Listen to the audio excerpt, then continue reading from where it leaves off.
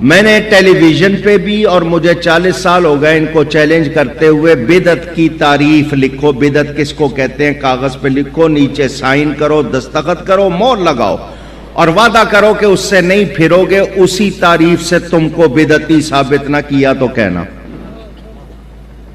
آج تک سامنے آئے، کیونکہ ہیر پھیر ان کا پرانا کام ہے۔ مرد میدان تو یہ بنتے یہ جاتے ہیں ٹولیاں، میں جاتا ہوں اکیلا۔ وہ ریوڑ کی شکل میں آتے ہیں، شیر اکیلا ہی آتا ہے نا۔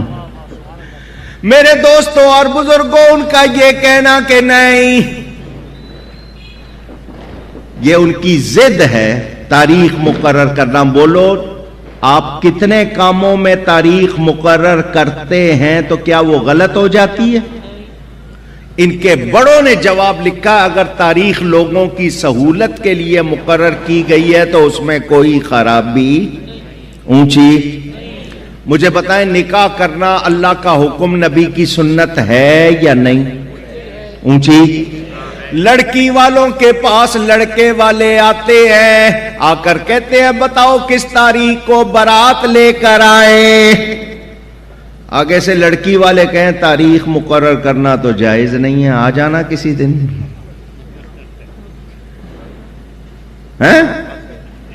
آ جانا کسی دن، وہ تاریخ مقرر کرنا تو جائز نہیں ہے۔ بولو ایسا ہوتا ہے؟ اونچی۔ یہ ان کی ضد ہے۔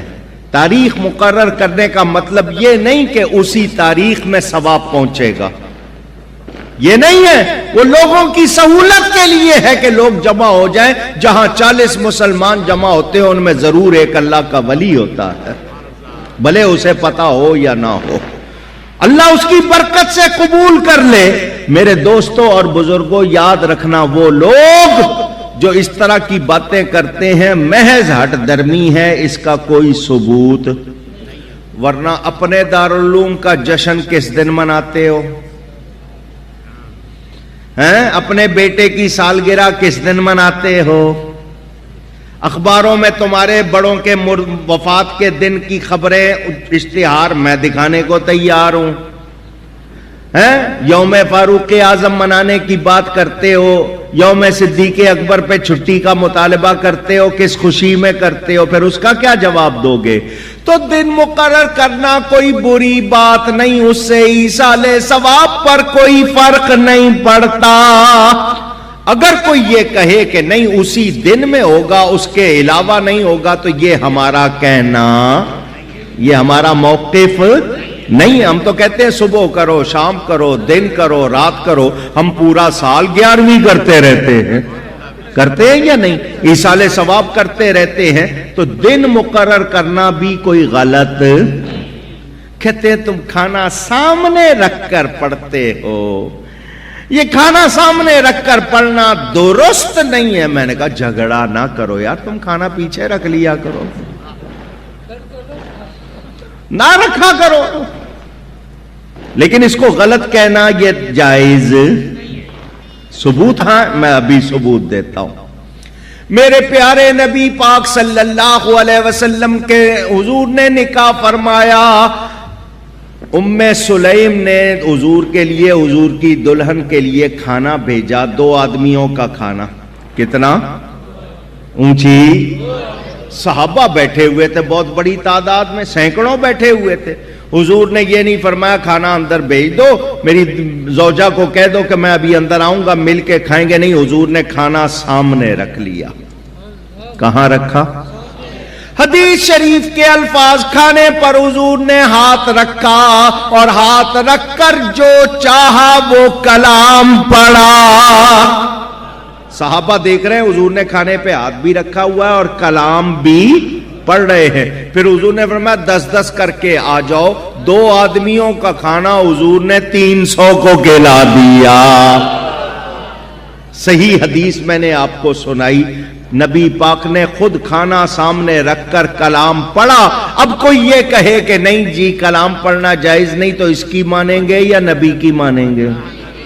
اونچی۔ بسم اللہ پڑھتے ہو یا نہیں؟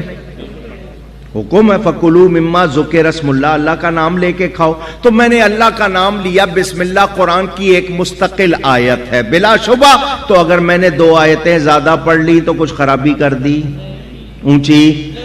نہیں جی، کھانا سامنے رکھ کر قرآن پڑھتے ہو. تمہیں قرآن سے تکلیف ہے یا سامنے رکھنے سے ہے؟ اگر تمہیں قرآن سے تکلیف ہے تم قومی ترانہ پڑھ لیا کرو. تمہیں قرآن اچھا نہیں لگتا؟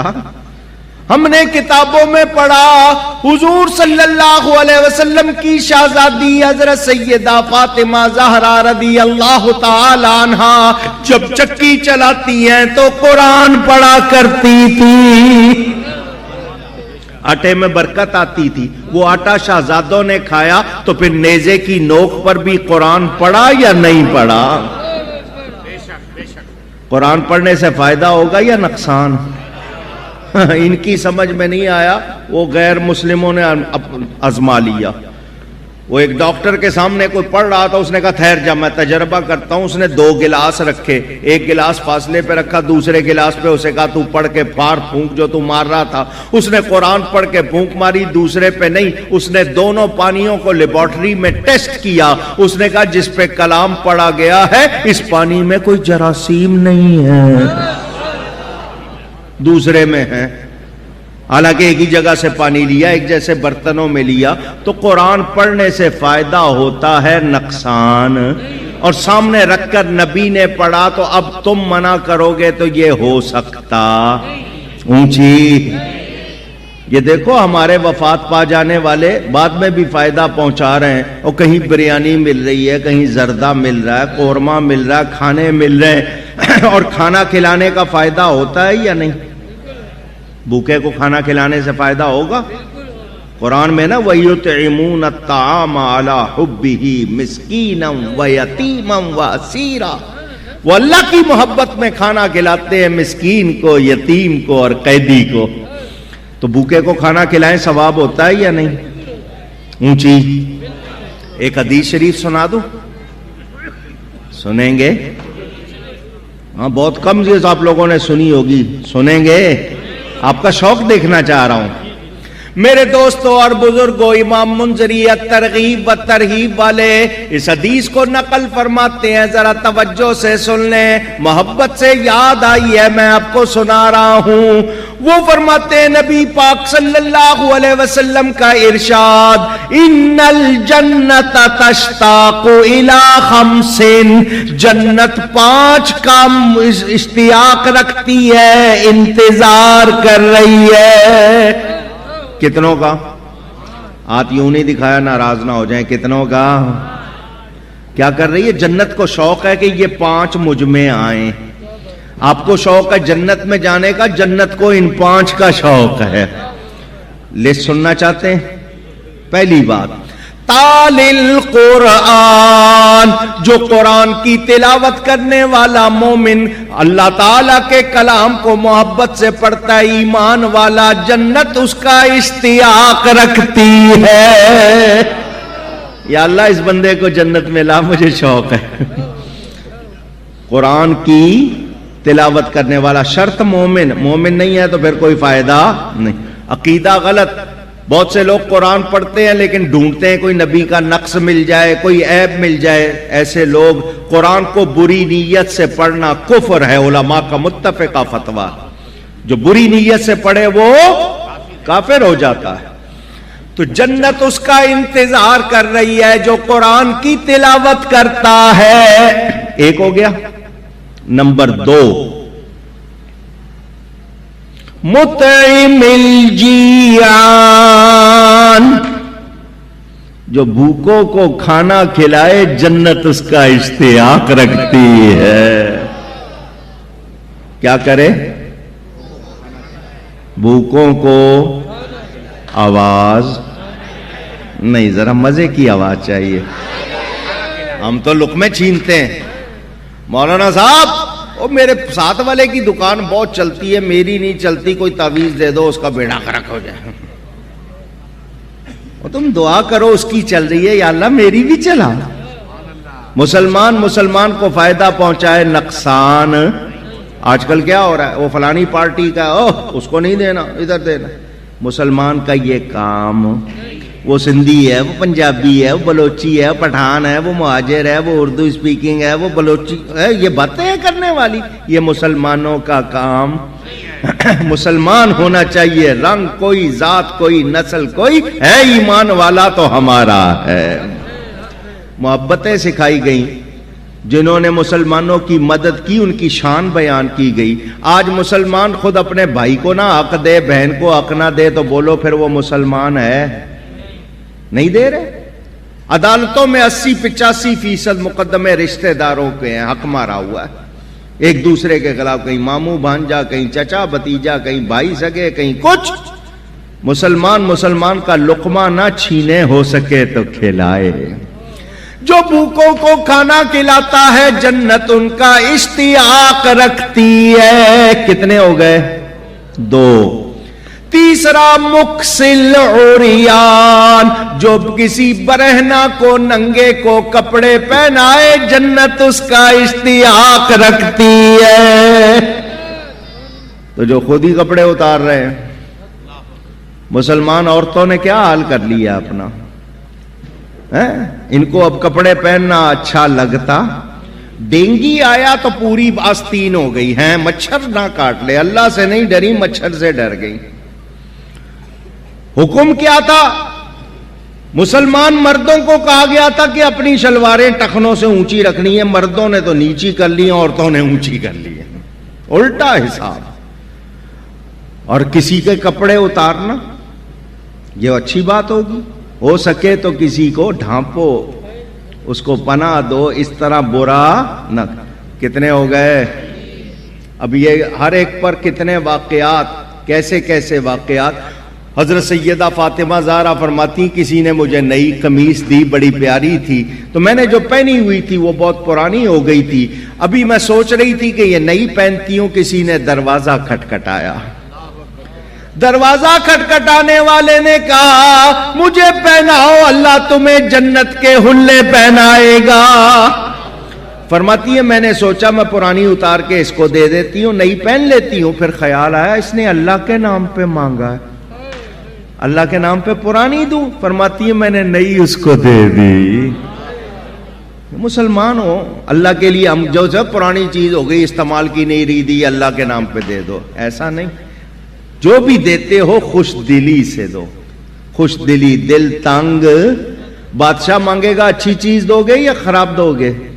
تو اللہ کی بارگاہ میں کیسی دے رہے ہو, سوچنا چاہیے. 3 آپ نے سن لیے. چوتھا حافظ اللسان, جو اپنی زبان کی حفاظت کرے جنت اس کی راہ دیکھ رہی ہے. کس کی حفاظت؟ ذرا سب کہو نا. یہ زبان سب سے بڑا مسئلہ. یہ بول کے 32 دانتوں میں بند ہو جاتی ہے, پورا جسم بھگتتا ہے. روایتوں میں آتا ہے صبح صبح سارا جسم زبان کے آگے جیسے ہاتھ جوڑنے والی بات ہے نا, تو ٹھیک رہی تو ہم سارے ٹھیک رہیں گے, تو خراب رہی تو پھر ہم سب کا حال برا ہوگا. تو زبان پر قابو ہونا چاہیے. یہ لوز ٹاک ہے, جو منہ میں آیا کہتے رہتے ہیں, پھر بھگتنا پڑ جاتا ہے اور وہ پورا نہیں ہوتا. وعدہ کرتے اس کے خلاف ہو جاتا ہے, جھوٹ بولیں, گالی دیں, غیبت کریں. یہ زبان تو ہو گئی 32 دانتوں میں بند, اب گھوسے پڑ رہے, لاتیں پڑ رہی ہیں, پورے جسم پہ بھگت رہے. تو زبان کی حفاظت کرنے والے کی جنت راہ دیکھ رہی ہے. کتنے ہو گئے ہیں؟ سننا چاہتے ہیں؟ عمل کرنا پڑے گا. وَمَنْ صَلَّى عَلَى حَبِيبِ الرَّحْمَنِ, 5واں وہ جنت جس کا شوق رکھتی ہے وہ ہے جو اللہ کے حبیب پر درود و سلام بھیجتا ہے. اللہ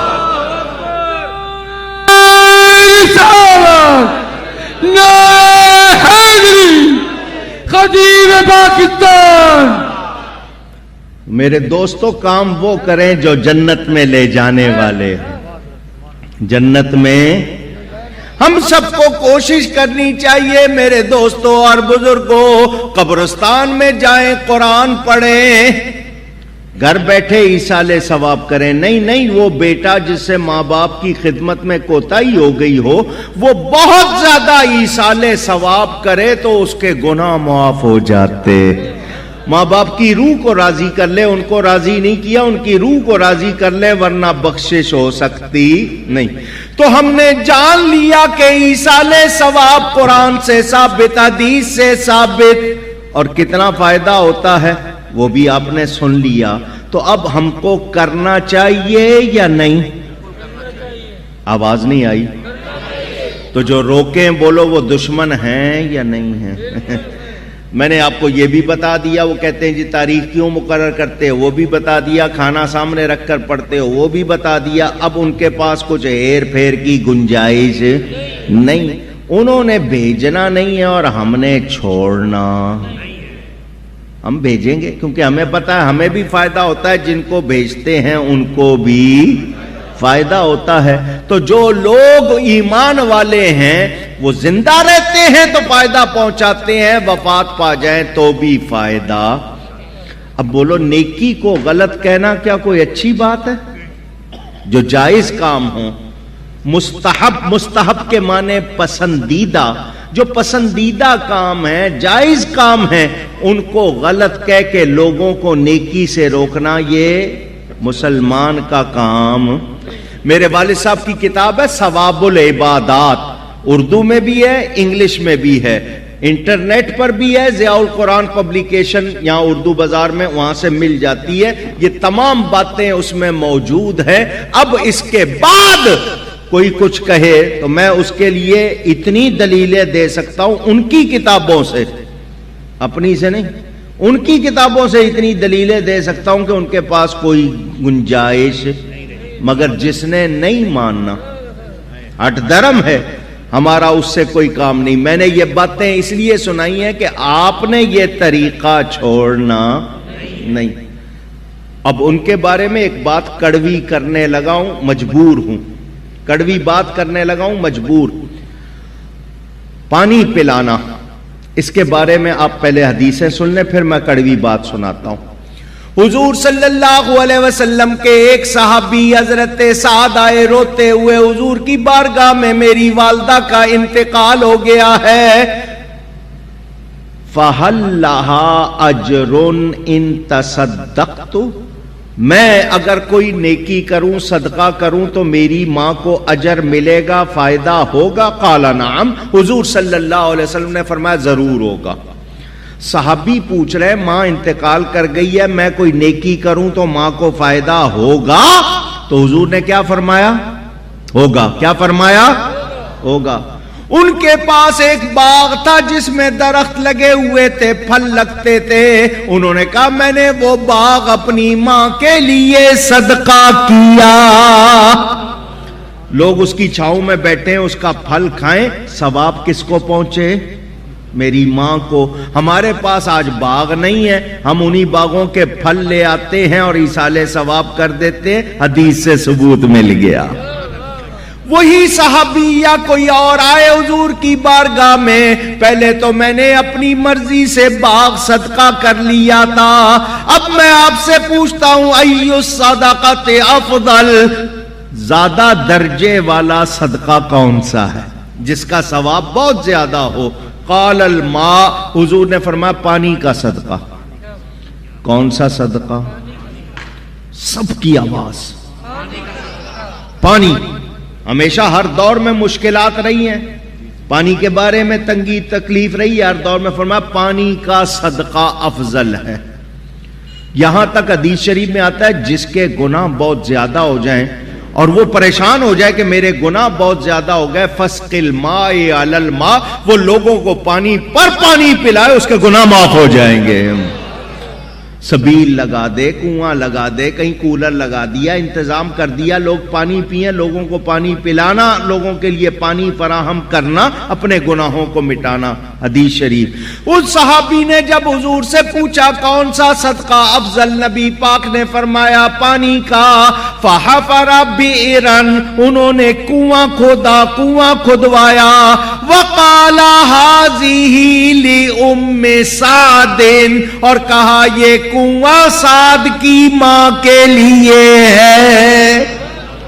حدیث سنا رہا ہوں. لِأُمِّ سعد، کس کے لیے ہے؟ سعد کی. انہوں نے تو نہیں کہا اللہ کے لیے. کیا کہا؟ سعد کی اونچی. حضور آگے سے یہ نہیں فرماتے اللہ کے لیے بس اللہ کا نام لو، کسی اور کا نام لینا جائز نہیں. یہ کیوں کہا کہ یہ نیاز غوث پاک کی، یہ خواجہ غریب نواز کی، یہ فلاں کی، یہ دادا جان کی، یا امی جان کی؟ حضور نے ان کو منع نہیں کیا. کیا مطلب؟ ان کا عقیدہ یہی تھا کہ اللہ کی بارگاہ میں پیش کر رہا ہوں، مگر ثواب جس کو پہنچانا ہو اس کا نام لینا غلط. اونچی صحابی لے رہے ہیں یہ کنواں سعد کی ماں کے لیے. حدیث کے الفاظ حضرت ابو ہریرہ کہہ رہے ہیں مسجد اشعار میں نماز پڑھ کے کوئی کہے حاذہ لی ابی ہریرہ، یہ 2 رکعتیں ابی ہریرہ کے لیے، مجھے حدیثوں سے معلوم ہو گیا تو اب میں کہوں یہ میرے دادا کی نیاز، یہ میرے غوث پاک کی نیاز، یہ میرے پیر صاحب کی نیاز، تو یہ غلط. جس کو ثواب پہنچانا ہو اس کا نام لینا حدیث سے ثابت، حدیث سے. اب کڑوی بات کیا؟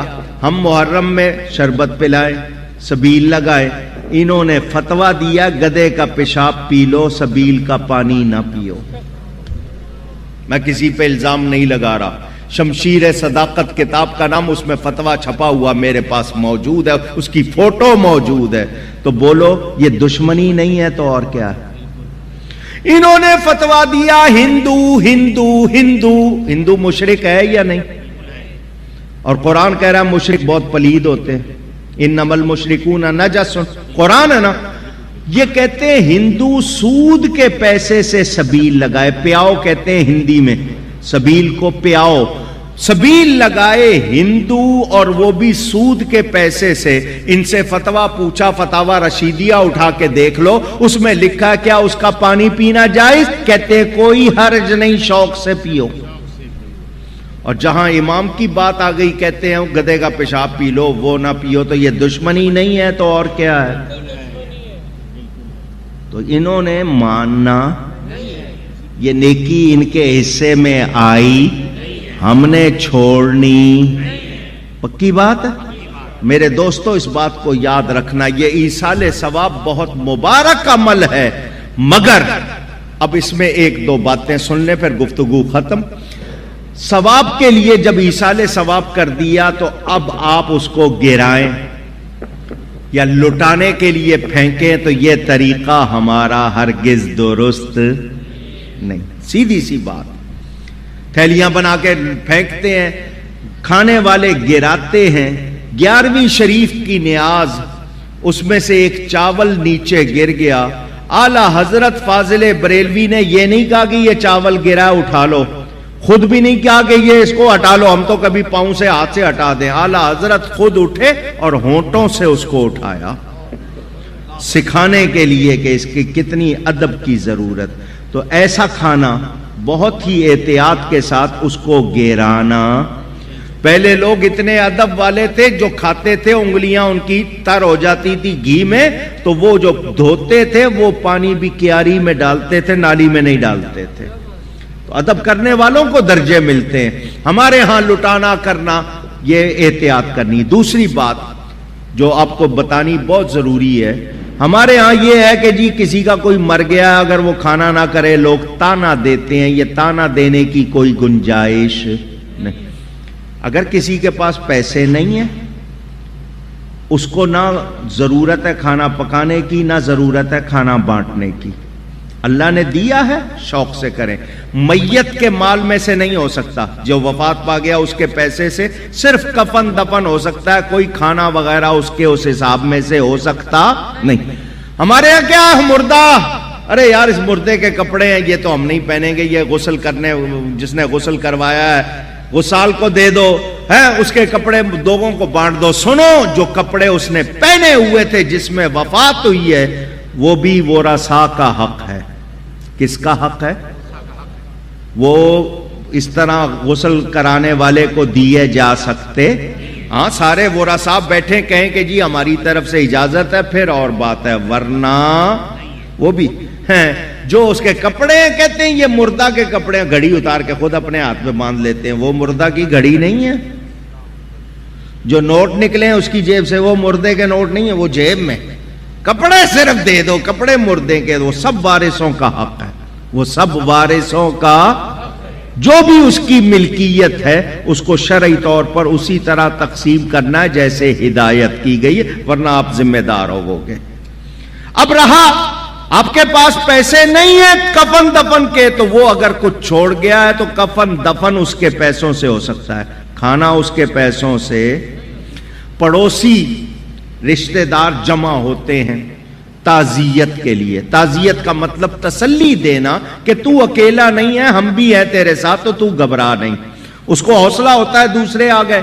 مگر ہمارے ہاں کیا رواج ہے، سارے لوگ جمع ہو جاتے ہیں، اس کو بیچارے کو صدمہ پہنچا ہوتا ہے موت کا، مگر وہ صدمہ بھول کر لگا ہوا ہے، ان کے لیے ٹینٹ لگاؤں، ان کے لیے دریاں بچھاؤں، ان کے لیے پانی کروں، ان کے لیے کھانا کروں، اس نے قبرستان جا کے قبر کا انتظام نہلانے دھلانے کا کرنا ہے، ہم اس پر اپنا سارا بوجھ ڈال دیتے ہیں۔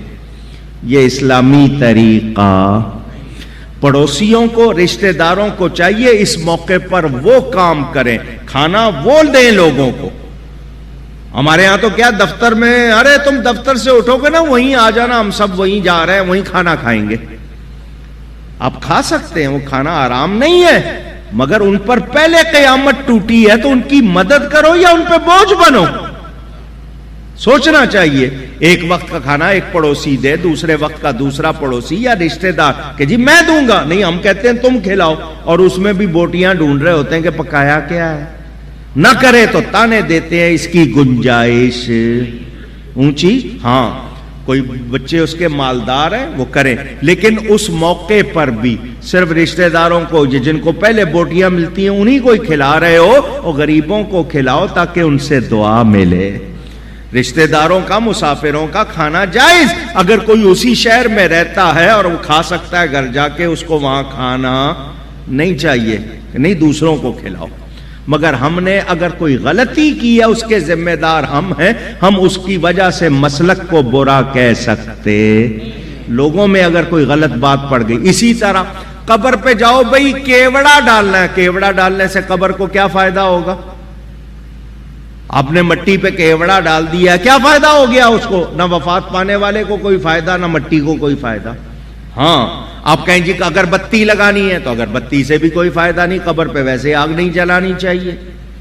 آپ کو خوشبو کا انتظام کرنا ہے تو خوشبو نیکیوں سے ہوتی ہے۔ خوشبو کس سے ہوتی ہے؟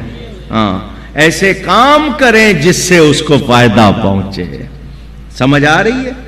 ہاں اب پھول ڈالیں گے، پھول تسبیح پڑھتے ہیں جب تک تازہ رہتے ہیں، جب سوکھ جاتے ہیں تسبیح پڑھنا بند ہو جاتی ہے، اس کی سے اس کو فائدہ، مگر یہ کہ پیسے نہیں اور ڈالنے ہیں تو ایسی کوئی بات نہیں۔ آپ دعا کریں، نیکی کریں، ان کی طرف سے صدقہ کریں۔ تو ہم نے جو غلط رسم و رواج ڈالے ہیں اس کے ذمہ دار ہم ہیں۔ شریعت میں ایصال ثواب ہرگز غلط نہیں، کھانا کھلانا غلط، بھوکوں کو کھانا کھلائیں، کپڑے دیں غریبوں کو، غریب رشتہ داروں کی مدد کریں، کسی مدرسے میں کسی مسجد میں جو صحیح لوگوں کی ہو اس میں حصہ ڈالیں، تو یہ اس کو ہمیشہ فائدہ ہوتا رہے گا۔ اور دکھاوے کے لیے کریں گے تو کچھ بھی ملنا اونچی۔ تو میں نے بہت ٹائم تو نہیں لینا تھا، 2 گھنٹے پھر بھی لگ گئے، پچھلے سال تقریر شروع کی تھی، تو اللہ تعالیٰ کی عطا سے کچھ باتیں آپ تک پہنچائی ہیں، ان کو یاد کرو۔ غلط پروپیگنڈے میں آنا، وہ جو کہتے ہیں نہیں جی کچھ نہیں اب ختم، تو ایسی بات نہیں۔ میں نے بتا دیا گناہگار کے لیے کریں گے اس کو فائدہ ہوگا، اس کے گناہ معاف ہو جائیں گے، نیک کے لیے کریں گے اس کا درجہ بلند ہوگا، اور آپ نے جو کچھ نیکی کی ہوگی آپ کی اپنی نیکی ختم۔ تحذیر الناس کتاب ہے، لکھنے والے جناب قاسم نانوتوی صاحب، جن کو مدرسہ دیوبند کا بانی کہا جاتا ہے، اس میں یہ واقعہ لکھا ہوا ہے۔ حضرت سیدنا جنید بغدادی جو حضرت غوث پاک کے پیروں میں ہیں، غوث پاک سے پہلے ان کے پیروں میں ہوئے، اللہ نے شان غوث پاک کو زیادہ دی ہے، ان کا ایک مرید ان کے سامنے بیٹھا کہنے لگا میں اپنی ماں کو دوزخ میں دیکھ رہا ہوں۔ پیر صاحب کی برکت اتنی کہ ان کے پاس بیٹھے اس کو نظر آنے لگ گیا، اپنی ماں کو کہاں دیکھ رہا ہوں؟ حضرت جنید فرماتے ہیں میں نے پڑھا ہوا تھا کہ 1,05,000 مرتبہ کلمہ پڑھا ہو اور کسی کو بخش دیا جائے تو اس کی بخشش ہو جاتی ہے. میں نے وہ پڑھا ہوا تھا, دل ہی دل میں اس کی ماں کو بخش دیا. اس نے جب یہ کہا نا میں اپنی ماں کو دوزخ میں دے رہا ہوں, تو میں نے یہ حدیث یاد آ گئی, میں نے وہ کلام پڑھا ہوا تھا, دل ہی دل میں اس کی ماں کو بخش دیا. اچانک اس بندے کے چہرے پہ مسکراہٹ آ گئی, وہ مسکرا کے کہنے لگا میں اپنی ماں کو جنت میں دیکھ رہا ہوں. اب آپ نے یہ واقعہ سنا, جس کتاب میں لکھا میں نے وہ اس کا نام بھی بتا دیا, لکھنے والے کا بھی نام بتا دیا, مخالفوں کے ہیں وہ بڑے. کتنا ٹائم لگا ہوگا بخشنے میں؟ سیکنڈ ہی لگے ہوں گے نا. وہ پہنچ بھی گیا, جزا بھی مل گئی, ریزلٹ بھی آ گیا. فرماتے ہیں اس کے کشف سے حدیث کی صحت معلوم ہو گئی, اور حدیث کی صحت سے اس کا کشف معلوم ہو گیا کہ اس نے دیکھا وہ بھی صحیح, نبی کی حدیث بھی صحیح ہے. اثر آ گیا, ریزلٹ آ گیا. تو ہم ایصال ثواب کرتے ہیں, کرتے آئے ہیں, انشاءاللہ کرتے رہیں گے. اور اللہ فرما رہا بعد میں آنے والے کتنے اچھے ہیں جو پہلے گزر جانے والے مومنوں کے لیے بخشش کی دعا کرتے ہیں. تو یہ ایصال ثواب کے حوالے سے اجتماع تھا. مجھے